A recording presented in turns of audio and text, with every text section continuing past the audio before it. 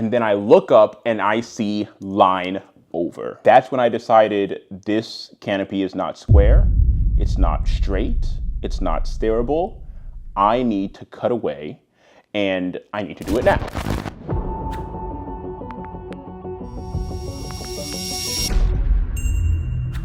What's up, guys? Welcome back to another video. So as you see from the title, a rather eventful day for me skydiving. On only my 13th jump ever, I had a malfunction that caused me to need to cut away the main parachute and deploy the reserve. So let's talk about how that happened and how I'm feeling after it. Now, this happened to me on dive flow 8 out of 18. Dive flows are essentially lessons with different objectives, both free fall objectives and canopy objectives. And so once I complete those, I'm able to move on to the next dive flow. And each one, as I said, has its own objectives to it. So for dive flow 8, this is my first time doing a diving exit. And so previously I was doing either team poised or solo poised exits. So what that means is I am essentially facing the front of the plane. I'm not facing out the door, but again, rather facing the front of the plane, kind of perpendicular to the exit. And then I would throw up my arm out, in, and then we jump out together. Now, with this being a solo diving exit, there was some kicking. I really need to work on my legs, but I'll be doing some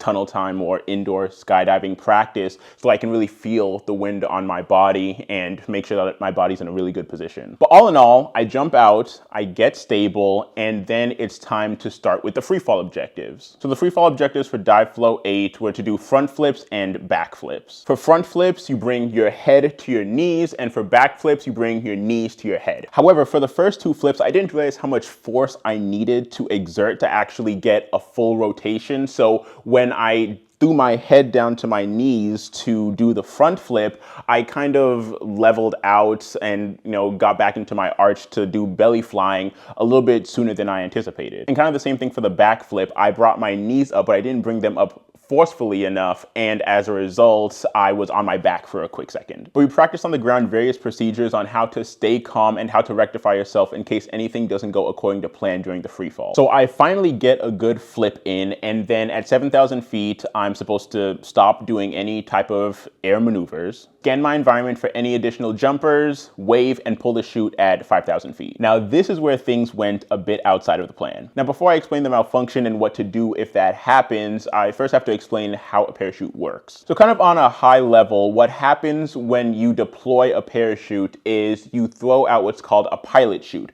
which is essentially a mini parachute that will catch wind, and then it will pull out the main parachute out of the container. So I threw out my pilot chute as I have several times before. I watch my canopy start to open up, but then I get what is called line twist. Line twist, as you can see here, is rather self-explanatory. It's when the lines are twisted up. Now, all in all, this is salvageable. I've recovered from this malfunction a few times before. All you need to do is pull on the risers or the part of the container that's attached to the parachute, and you kick in the opposite direction of the twist. So remember, like when you were a kid and you'd play on the swings and somebody would wrap you around on the swings, and you'd immediately, kind of be slingshotted around in the opposite direction.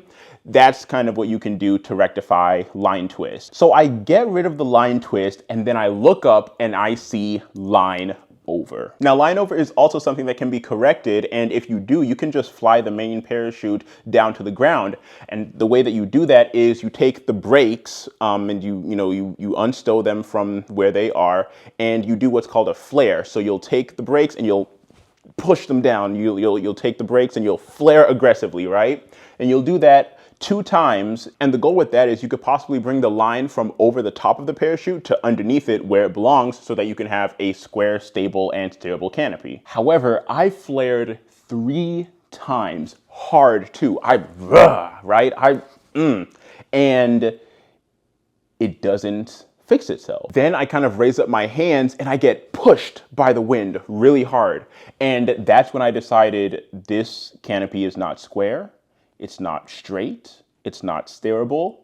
I need to cut away, and I need to do it now. Now, I actually did not want to cut away, right? Because it would be kind of like a whole thing. Like, it's a whole parachute above me. I want to be able to fly it down, but If it's going to be between me and the parachute, I'm going to choose me every time. So I took the cutaway handle, boom, cutaway. And as I'm going for the reserve handle, the reserve parachute deploys. Now, remember how I told you how the pilot chute works, right? The pilot chute will pull the main parachute out of the container. However, when you cut away, the main parachute essentially turns into the pilot chute of the reserve parachute. So again, pilot chute pulls the main parachute out. Now I'm flying the main parachute. But if I need to cut away, that main parachute will pull the reserve parachute out. Now, even though that happened, I was still supposed to formally deploy the reserve, even though it was deployed more or less on its own. That was something that was explained to me in greater detail when I got back down to the ground. But of course, everyone's number one priority was being super happy that I landed safely, that I was able to cut away, that I was able to make it back down to the ground. And then they talked to me about what the proper procedure would be and how it could have been done better. Especially because every time as a student, before I jump, I go through something called malfunction junction. Malfunction junction shows you all the different various types of malfunctions that can happen to the parachute when you deploy it, if it doesn't deploy, what to do if you have, an out of sequence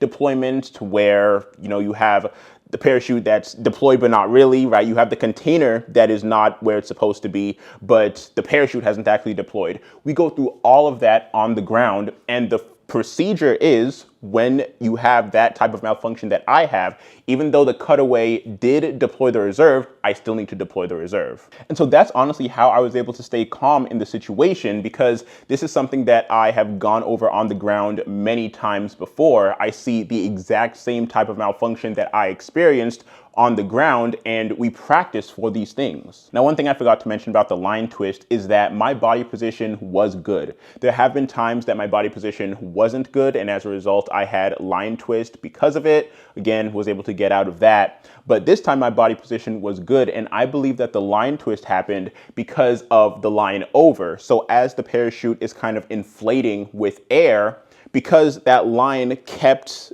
a piece of the parachute compressed, as the wind catches one side, it kind of spun it around, which caused me to have that line twist that started at the risers and then kind of spiraled up to the canopy. However, again, I was able to clear the line twist, but I was not able to clear the line over.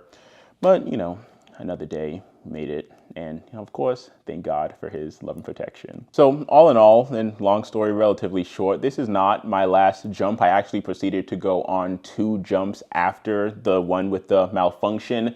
I worked on dive flow 9, and before I do dive flow 10, I'm going to do that tunnel time that I mentioned so that I can really have a solid body position, because as we move through the dive flows up to dive flow 18, the exercises are only going to get more complex, and I need to have mastery, or at least as much stability and as much understanding and really feeling my body through the air as I can before trying to go on to those next lessons. So yeah, I might take you guys along for that. It'll definitely be a nice learning experience, but that's all for this video. I just felt like I should share. This actually happened today. So after doing my jumps, I just came home, decided to record this story time to tell you guys how things are going. It's been a little bit of time since I did a skydiving series video. And yeah, this definitely won't be the last one. And yeah, we just keep on moving forward. So yeah, that's all for this one. Thank you very much for sticking around until the end of another video. Please make sure to like, share, comment, and subscribe. And please hit the notification bell so that you don't miss out on a single video. See you in the next one.